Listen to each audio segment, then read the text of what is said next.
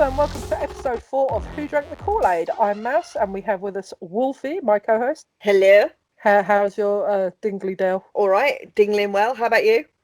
Yeah, great. My front room looks no different to it did like 8 weeks ago, mate. Same. Yeah, it's fun. Lockdown life and all that stuff. No more surreptitious like flower shenanigans this week then. No flower shenanigans. No, nothing. I haven't actually been shopping this week, which is Really? good. Yep, no, nothing. Okay, well that's boring. Yeah, it is a bit. Anyway, right, well in that case I'm just going to move straight into it. Right, so today we are discussing Elisa Lam and the Cecil Hotel. To explain, we've been pronouncing it Eliza, but we've come to the conclusion it's probably Elisa. So it's Elisa. Elisa Lam. Elisa. I'm only saying it's probably Elisa Lam because she's Canadian, but it's also everybody I've heard talk about her says Elisa.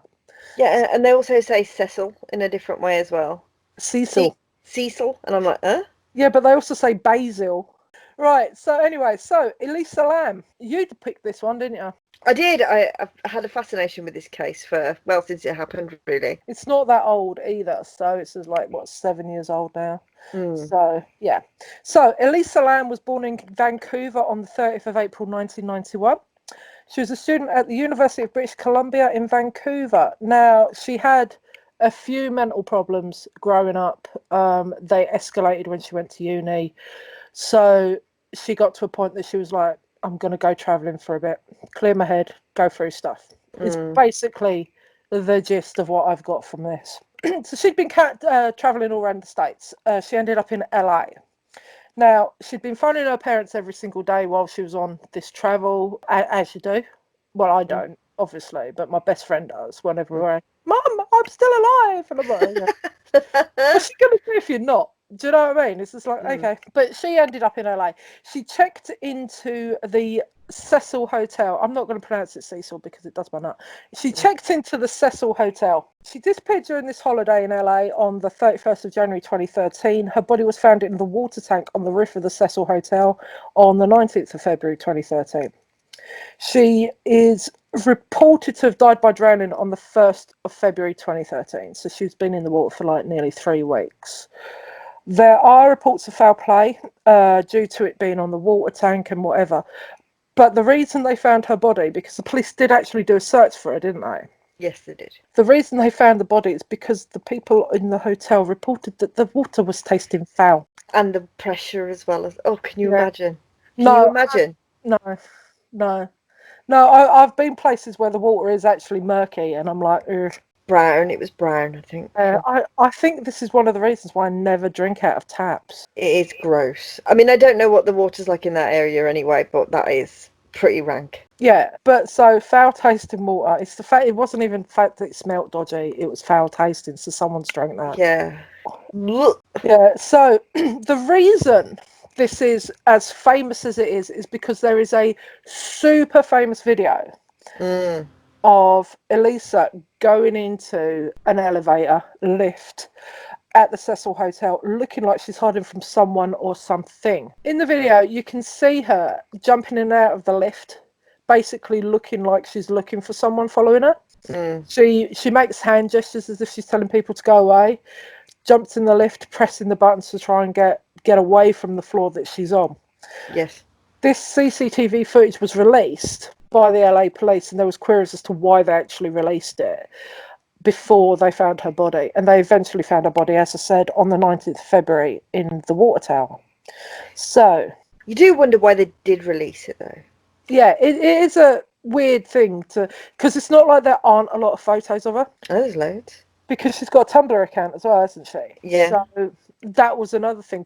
After she died, her Tumblr account carried on having photos posted to it. Can you schedule those to be posted? Yeah. You can. That's what they reckon it is. It's actually, it was a scheduled post, but that builds into the creepiness and the it carried on after her death. She was found in the water tank. She was naked and all her belongings and clothing were floating on the top of the water tank. She didn't have a phone there, but she had stated previously on her blog that she had lost her phone. So okay. The door to the roof was locked, so from the lift, from where the lift point is, the door to the roof was locked, but there is conjecture about that as well. So this video shows up and it looks like she's hiding from someone. Now, if you know the history of the Cecil Hotel, which we will go into, people tie it into it's haunted, it's cursed, there was a spirit or ghost chasing her, there's a demon chasing her, that's what's happened to her. Because there's no evidence of any person actually in that video or near her while that video was being recorded. When she pressed all the buttons, apparently when in the States, I don't know, I've never been travelling alone in the States, they advise young travellers, if they feel they're being followed, to press all of the buttons on an elevator so as to confuse someone that's following them as to which floor that elevator may go up to. But obviously she just keeps getting in and out of the elevator. I don't think there was anyone there personally. The thing is with Elisa is she's known to have suffered from bipolar disorder and depression. In her post-mortem, her autopsy, they turned around and said that there was evidence that she hadn't been taking her antipsychotic meds for a while, and that her actions look like a psychotic break. They do. I googled, as you do, psychotic break before we started to record, and those are hallucinations, voices, paranoid delusions, and I think that everyone can agree that the behaviour in that elevator footage ticks all of those boxes, definitely. Yeah. So she's ended up in the water tower. They finally found her after people have said that the water tastes nasty. There were noted similarities between Lam's death and a 2005 horror movie called Dark Water, which is a remake of a 2002 Japanese movie and is based on the short story Floating Water by Koji Suzuki, who also wrote The Ring. Oh, very interesting. So can I just say, I'm going to go off on a tangent, but I really like The Ring, but I've seen the original version. I actually prefer the remake. Really? I actually prefer the remake. Yeah, it's personal preference. I haven't seen it. Oh, you not? It's a really good film. It's good. Yeah, it's just one of those ones. Another one that I have never rushed out to see, and then I've just never got round to it. I was thinking, oh, what's that? And it's like, yeah, no, I've always got other things to do or watch. I will watch it at some point, I'm sure. It's a good film. But I think one of the reasons, again, why people thought this was so creepy and weird is because the 2005 film obviously came out like 8 years before this happened. And so people go, well, it's a horror movie, someone's done this to her. So it's one of those. It's a weird link, but it's like, people are clutching right now. I'd say the whole case, actually, now I know it's the same writer as, is quite similar to The Ring with the girl in the well and all that, Yeah, I get that. Water is a running theme in a lot of Japanese horror movies anyway, and most Japanese horror movies have female protagonists. Female spirits are quite prevalent in Japanese horror and Japanese folk culture, so it's an easy jump to make, So I find the case of Elisa Lam quite sad. Very. Because I sit there and go, as much as people sit there and say it's the curse of the Cecil Hotel and all this stuff, I think it just demonstrates, one, how alone she was, that she ended up doing this to herself, because I truly believe that she did kill herself. Yeah. And two, how inept the LA police force are that they didn't find her for 3 weeks. Where you sit there and go, they had dogs on the roof looking, but is it because like the scent of a dead body in water is harder to detect? I don't know. I'm not a dog. I find it sad. One of the things that makes this interesting is because everyone reckons there was no access to the roof. She couldn't have got up there herself, and that's why it's creepy, because she couldn't get there herself. But there is video footage of, I think it's a Japanese journalist who went to the Cecil Hotel after Elisa's death, a couple of months after Elisa's death, and actually made his way to the rooftop and the water tanks by walking up the stairwells, climbing out onto a fire exit ladder that they have, and then climbing up to the roof and all stuff like that. And he saw that the water tanks were open when they're meant to be closed. So there is evidence, actual physical evidence, that Elisa could have done that. I read around the time that it originally occurred, there was a suggestion that how could she lift a 20-pound lid to clothes on top of herself? But then they actually said later that there was actually no lid to the water tank that she was Oh, found in. really? Yeah. So it had broken off sometime before. Oh, great. That's even worse, really, isn't it? I mean, you It sit really there and say, I mean, I find it interesting in terms of what we're going to talk about in terms of the Cecil Hotel about the rooftop thing and heights and stuff. It does come into play with a lot of the curse. yeah. But I do honestly think that Elisa Lam was just a tragic accident that probably could have been avoided. I think it could have been avoided because LAPD released that footage that went viral very, very quickly. A lot of podcasts like us, a lot of online sleuths on Reddit, etc., started to do their own little investigation. And I think that some of the conjecture has creeped into how we talk about it and what is widely accepted as truth rather than the actual facts of the investigation, of which there are very few, because LAPD seem to have missed out on quite a lot of investigating, really.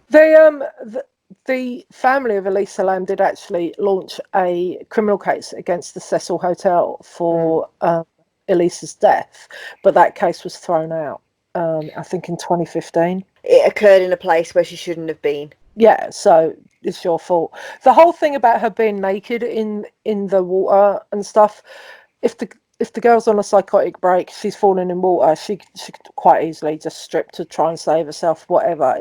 Anything's possible. You don't know what's going through a person's head. Logic doesn't apply with things like this. No, not in the slightest. But say, So, for instance, we imagine that she was murdered, yeah, because I like to think of she how likes to that think could. everyone's No, killed. but if there's that many people out there that believe that she actually was murdered, Yeah, I'm trying to think of how that would have occurred. The logical explanation for me, the easy explanation, is that she did yeah, accidentally drown because she was having a psychotic break. But let's face it, it's not the best part of Los Angeles. It is downtown Los Angeles. That hotel does have some rather unsavory yeah, people around it. There was also a report that I read on her blog that she said she may have a stalker.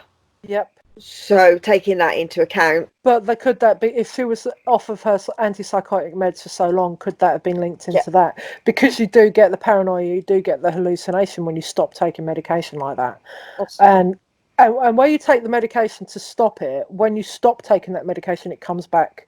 It can come back so much worse, especially if you just go cold turkey on it and just Yeah. stop it. Your brain starts trying to figure out things again for itself, and it can't quite cope with it. It does make you wonder though why she went travelling on her own when she was clearly a bit delicate. Yeah, but then maybe it's because she didn't have anyone to travel with, but still wanted to go. There is a lot of women that do travel by themselves, Mm. Yeah, you know. absolutely. Yeah, yeah. But I can't say if I was traveling to LA, I would go and stay on a hotel in Skid Row. But Yeah. it's a personal thing. But if you look at the website for it, I mean, she lived in Canada. She probably didn't have that much knowledge of the area, probably slightly more than I would. But if I was to see the website, if I saw that on Late Rooms or whatever, and I saw Cecil Hotel, and I looked at it, and I looked at all the pictures of the foyer, because believe me, that's all the fucking pictures are of the foyer, I'd think, oh, The that looks foyer nice. is stunning, though. It's Absolutely stunning. it ticks all my boxes. It's an Art Deco fantasy. You know me, I love Art Deco. Exactly. You would walk into that and go, "Fuck me, this place is fucking beautiful." You would. You think, what a fucking bargain, so work off that, and then all of a sudden you're in a hovel and Yeah, because the actual rooms themselves are like, they're wow. But they plums. look horror movie hotels. They do. I've I've stayed in some seedy ass places in my lifetime, traveling for work and stuff. And you sit there and go, I've stayed in B&Bs that look like that, and I've Yeah. walked in and gone, I actually feel like there are people looking at me through the air vents I'm leaving. I can't stay here. Mm. But then that's the kind of person I am. If you're in a situation where you can't just get up and leave and go and stay somewhere else, she may not have had the money to do so. She may not have had the wherewithal. Or she could have been like a few friends of mine who are very much a case of, I'm only sleeping here, so I don't care. I'm Yeah. out and about. A lot of her Tumblr posts show an obsession with rooftops at that Yeah. time as well. So a lot of her photos Really. are of the rooftops of LA. So it wouldn't have been a weird thing for her to be on a rooftop. Loads of her photos are of that. It's a So massive hotel as well, isn't it? It's yes, huge. it's huge. It's got hundreds of rooms, isn't it? It's just enormous. And another thing, of course, was originally, I read that originally she was in a shared room, and then she had to leave because the people that she was sharing the room with complained about her odd behaviour. Yeah, but that I find that so weird. You're not traveling with these people, but you're sharing a room with them.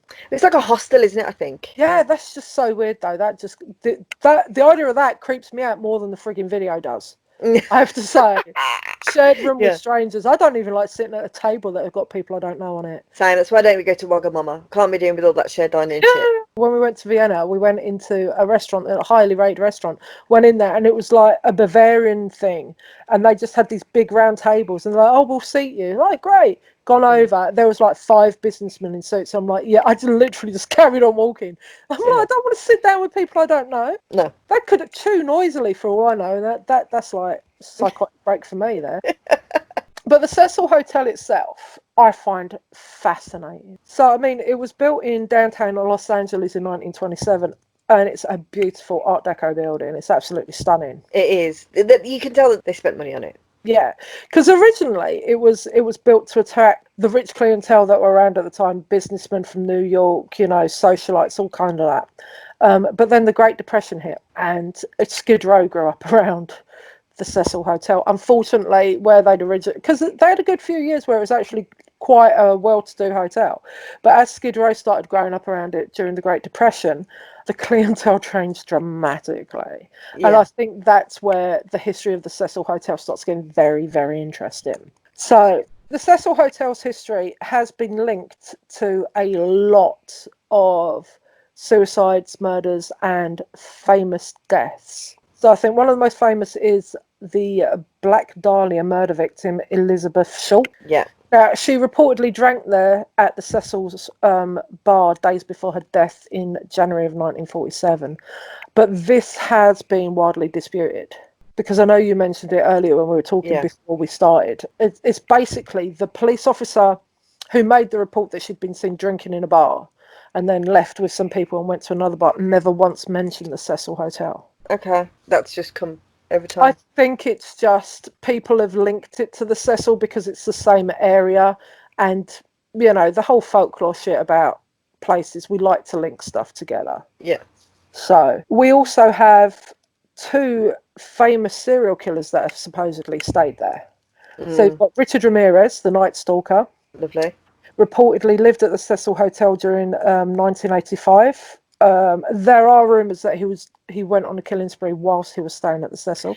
I read a thing where they said that one night allegedly he walked through in clothes just covered in blood, and the hotel was that shit and rough that the receptionist didn't even like cast a second glance. Every day, love. So, do you want me to call cleaning for you? Yes, housekeeping. Mm. Yeah, it's one of those. Yeah, so reportedly Richard Ramirez lived there, and then I'm going to have fun in pronouncing this, so bear with me. I know. I saw him earlier and I thought, good luck. Yeah, go on. No, Johann Jak Underwenger. Yeah. Yeah, he's an Austrian serial. If I pronounce that wrong, please, I You know apologise. what? I think I've got a sideboard called that from IKEA. What, Johann Jak Yeah. Underwenger? It's next to my Billy bookcase. Yeah, Did you get a little pen when you went? I That's did. all. That's all I ever go to IKEA for is to steal the pens. And the tape measures. No, I never get them. They're shit. They break so Oh, easy. I need all of those. I I get don't. anything that's fucking free, mate. So Johann Jak Underwenger, he's an Austrian serial killer, and he actually did stay in the Cecil in 1991. He killed 3 sex workers while he was staying there, and he was convicted of this in Austria, I think, a few years later. So those were the 2 really famous serial killers reported to stay there. The tenuous link with the Black Dahlia murder, I think she was just in the area. And It's a really famous murder, though, isn't it? I mean, yeah, it's one of the most famous murders, I think. yeah. And I think also it's easy to link something like that, like she drank in the Cecil's bar. I think it's easy to link it posthumously because there's so much mythos around the Cecil Hotel now. Yeah. So we And can. her as well. Oh yeah, totally, and her. So what I did find though is there is a massive timeline of suicides and deaths at the Cecil Hotel. In all, there have been 16 confirmed deaths or suicides. Nice. Not really, but Mm. interesting. As I said last week, we are now going down psychopath lane. Yes. Make sure you go with a friend and you tell your mum where you are. Yeah. Right. The thing with Elisa Lam, I can explain that away in my head. Right. The two serial killers staying there, that's easy to explain as well, because Skid Row is where all the prostitutes hang out. So if you're a serial killer looking to kill sex workers, it's easy to stay there. And I can't imagine around that time there was a huge amount of police presence around there, really. Skid Row still hasn't got a huge amount of police presence. No. That's it. I mean, historically, you look at it, Skid Row is the shithole of LA. Yeah. But yeah, so, and the Dahlia murder thing, that's a tenuous link if there's a link at all. But these suicides and deaths, I actually, honestly, when I was looking at it, I went, oh, actually, if you want to talk about a curse, then yeah. 19th of November 1931, W.K. Norton was found dead after ingesting poison. He is the first known suicide at the Cecil Hotel. Keep an eye out for reasons for death, because this is where I find it starts getting really interesting. September 1932, Benjamin Dodich died of self-inflicted gunshot wound to the head. Find that really hard. I don't know how someone can shoot themselves in the head. Not in this country, because you can't get a fucking gun. No, you can't. And the only guns you can get are like really long. Shooting myself with a elephant gun. Yeah.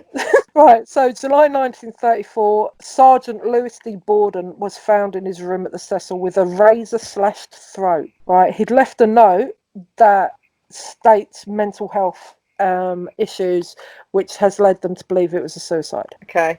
It's pretty hard to slash your throat. You have to either be really, really accurate really quickly. Yeah. Or really lucky if you want to kill yourself. It's not something that I can see as an easy suicide method. I don't think that one was suicide. No, I would say not, but yeah. So, March 1937, Grace L. Margot fell from a 9th-story window. Her body got wrapped in the telephone wires as she fell down, and she died later in hospital. Have they put that into suicide? None of these are classed as suicide straight out. Okay. They say, yes, it was suicide, she jumped, but was she pushed? The police on this case literally were saying it could be suicide, it could be foul play. Meh, we don't know. It seems like there's this kind of shrug mentality. Oh yeah, it's just like, well, they're dead now, so it doesn't matter. And because they're not in Beverly Hills, who gives a fuck? Yeah, it's weird though how easy it is to just write stuff off as either suicide or foul play, but we don't know, so we're just going to close the case. And it's just like, you wouldn't want that to happen to a family member of yours, so I find that quite sad. The next one was in January 1938. That was Roy Thompson. He jumped from the top floor of the Cecil and was found on a skylight of a neighbouring building. So he's literally there, splattered on a glass roof. So it does remind me of a story my sister-in-law told me. She was round her boyfriend's house, first time she'd met the family and all this stuff.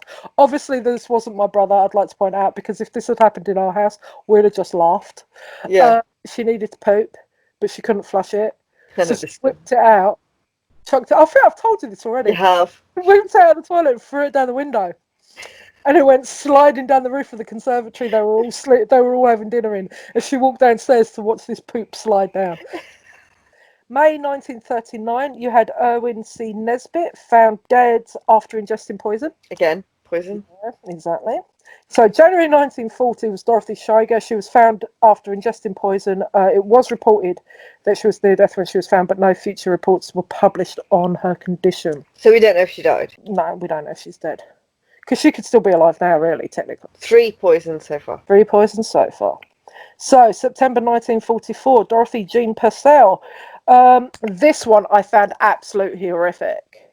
Right, so September 1944, Dorothy Jean Purcell, she didn't know she was pregnant at the time. She went into labour but didn't want to wake up her sleeping boyfriend, which was Ben Levine. So she went into the bathroom and gave birth to a son.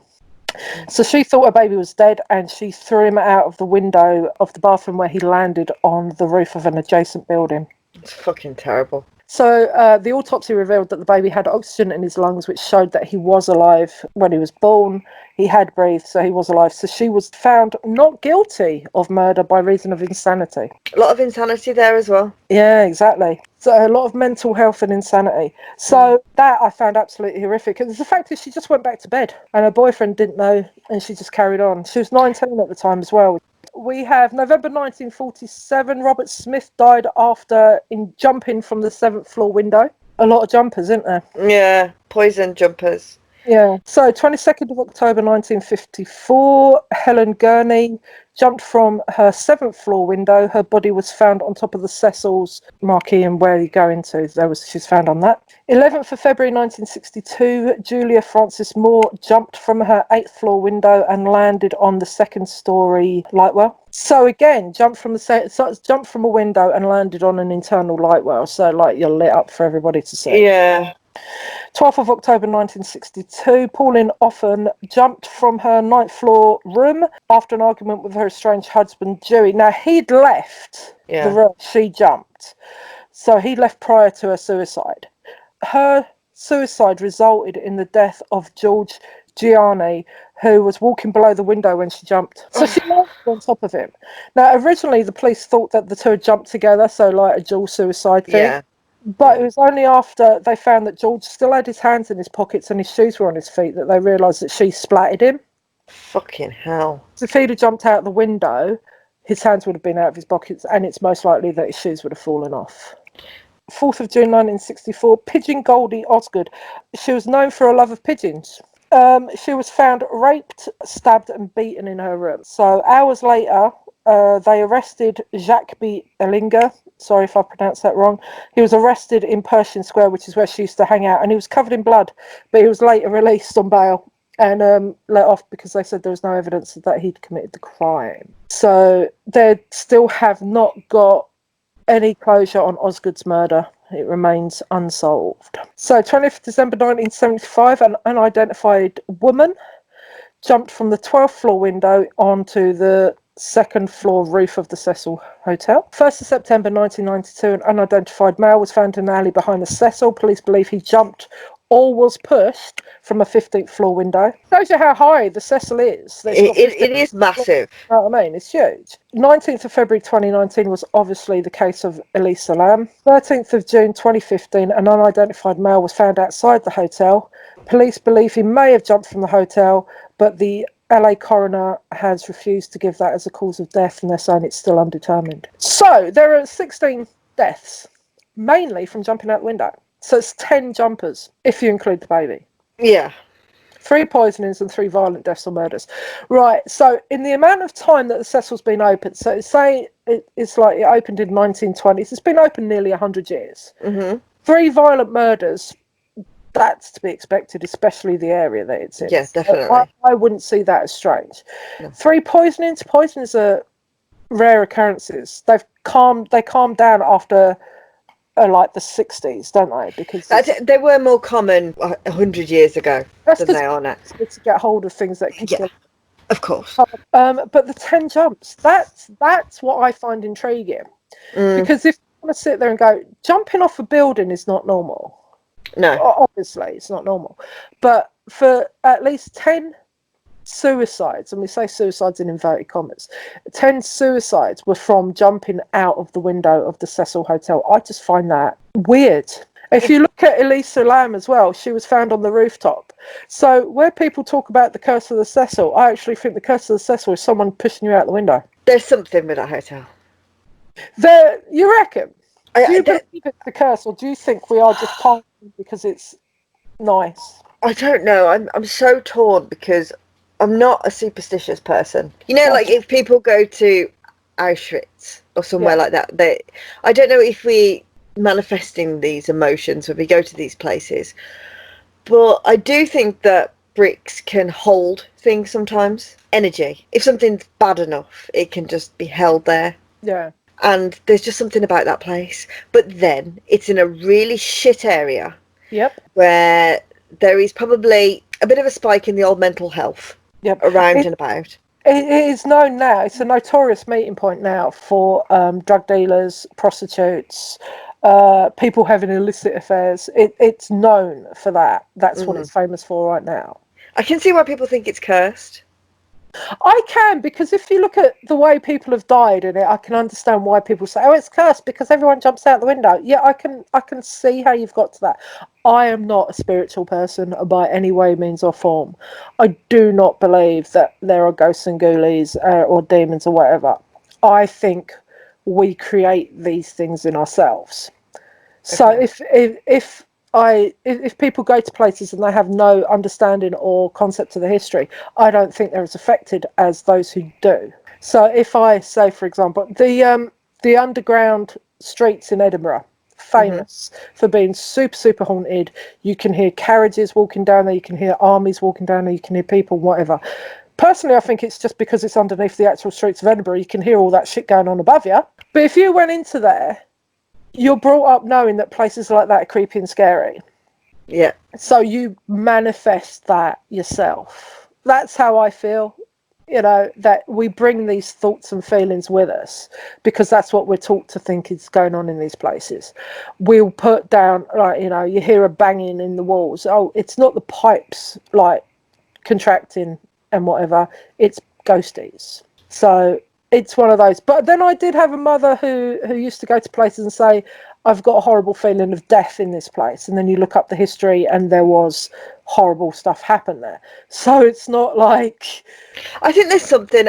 I had an experience years ago. I was 19 years old, and a friend of mine was a landlord of a pub. And as you do, you go around there and you throw a mattress on the floor and you dust there for the night, like you do, right? And I stayed there, and I went to bed at maybe like 2 in the morning, something like that. And then there were these footsteps I could hear through the wall all night, and it sounded like footsteps walking on a metal floor, like it was a fire escape, like that ticky ticky sound. Yeah. And I could hear it all night, pacing up and down, up and down. And it was so loud, I was like, for fuck's sake, will you just stop walking? Because it'd stop, and I think, oh, it stopped. And then it'd start again, and I'd be like, will you please stop it? And it wasn't pipes. I was banging on the wall, and I was just like, shut the fuck up, because I thought there were kids playing outside on the fire escape. And in the morning, my friend said, how did you sleep? And I said, I didn't sleep at all. And she said, why not? And I said, there was this walking all night. I said, someone was pissing about outside. And she went, no, let me show you. And she took me outside, and there was nothing. The wall, it went on to nothing. There was nothing there at all. And I couldn't explain it. And I know it was footsteps. And so sometimes it's like, I'll say, oh, I don't believe in ghosts. And then I think about that and I think, you fucking liar, because that was something. I know it was something. I don't know what it was, though. It's one of those weird things, though. I mean, I had an experience that my best friend actually was witness to, but I still don't believe in ghosts. I was in my house. Now, I grew up in a family of 6. I was the youngest of 4 kids. We grew up in a 3-bedroom council house in London. Mm. So there was always noise. There was always people there. And I think we were about 15. Me and my best friend were sitting in the front room watching TV. And then you could hear my name being called upstairs. And my mate turned around and goes, who the hell's that shouting at you? I don't fucking know. And then she goes, they're calling your name again. I goes, yeah, I know, but there's no one in the house. And she's like, fuck off, there's no one in the house. There's no one in the house but us, but someone's upstairs yelling my name. Weird experience, shared experience, but it's still like, meh, whatevs. But that, it's something, isn't it? You know what I mean? It's like, we did, because I'm very scientific and I'm really logical, but I can't explain that. And at the time, I did my thorough investigation of being 19 years old. And I'm like, there is no fire escape there. There'd be no pipes in that wall because it went nowhere. There was nothing. I mean, I don't even think the building had central heating. You know what I mean? It was just shit. And I just thought, I can't explain it. And when I look back now, if I drive past it, which isn't very often, I always look and I think that was the room I was in. There was nothing there. There was nothing there. I mean, it's been in a book. I found out since it's been in a book in one of the most haunted pubs in Worcester. But I can't explain it. I think it's one of those things, especially when you're a teenager, that you tend to have more experiences like this than when you get older. They do say that. Yeah, because you're more in tune to it. And as you get older, you tune out of it. It's like where younger people can hear that pitch more than older people. Yes. And that's been used to kind of explain away the phenomenon somewhat as well. Yeah. That the pitch it's auditory hallucinations, isn't it? You can hear things that other people can't hear. And you can argue the point that is it really auditory hallucinations, or is it real and just older people have tuned out of it completely? It's one of those. Yeah. But I know I have a lot of friends who have had experiences when they were in their teens of what you would call ghostly behaviour or what you'd call a ghostly experience. I mean, I remember when I was younger, because my mum was a bit of a hippie, I have to say. As much as she refused to admit it, she was a hippie. And she believed in all the spirituality side of stuff, and believed there was stuff other than what we are. We went to a place near where we were brought up that was an old workhouse, an old Victorian workhouse. And we were all quite young. And my middle brother went into what was a prison cell. And one of their tricks was to lock the kids in there and go, "Oh, you're all naughty, we'll leave you alone." Now, when he went in there, he just started bawling. I think he was about 9 at the time. He just started bawling his eyes out and freaking out big time. My mum had to take him out of the building, and she was like, "What's wrong? What's wrong? That woman in there, she's evil, she's horrible." Now, where this was, there were a lot of dummies, headless dummies in old Victorian clothes and whatever. The curator of the museum came out and said, like, "Is he all right?" And my mum goes, "Oh no, he's got freaked out by the dummies." He goes, "Describe what you saw." I said this to my brother, and he described this woman who was in black, what would have been Victorian clothes, black dress, big bag of keys on her hip, stern face, hair up and everything. Described her vividly. Now, there was nothing in this museum at the time that was actually made up to look like this. And he described this woman, and the bloke goes, "Oh yeah, that's our ghost." And my mum's like, "What?" "Yeah, that's our ghost." Some kids say it, especially young boys, because he was 9 at the time. Which would have been the age that a lot of young kids were made to work long, horrific hours in a Victorian workhouse. Yeah, she appears to a lot of young boys. She's horrible. Yeah, take him home. So the idea of this haunted and cursed hotel, after all of the rambling and the chat, do you still believe it's cursed? I'm 50-50. Purely because logic, it's in a shithole area. Yep. It's in an area where mental health isn't its best, perhaps. There's a lot of prostitutes, sex workers, which is a high-risk profession. Yep. A lot of drug dealing in the area, again, high-risk profession. A lot of the guests that probably stay there, backpackers, people that couldn't afford anyone any better. Also, people that are technically homeless. They do very cheap weekly rates. I read it says on the side, I think still. You can actually live there. It's not just you go there to stay. People actually live there. So they have residents there. So that, all my logic says, look, all of that is a melting pot for people not being happy and misery and potential suicides, rapes, murders, you name it, it's going to be there. But then on the other side of that, I just think a part of me likes to indulge. You want to believe. You are Mulder. Yeah, I want to be Mulder. You are Mulder. So, thank you for listening to episode 4 of Who Drank the Kool-Aid. As always, like, subscribe, comment below. We'd like to hear your views on what we've talked about today. You can reach us at Who Drank the Kool-Aid podcast at gmail.com, or you can tweet us at Who Cool. We will see you next week. Goodbye. I hope you get your greenhouse. Thank you, and I hope you get your helmet.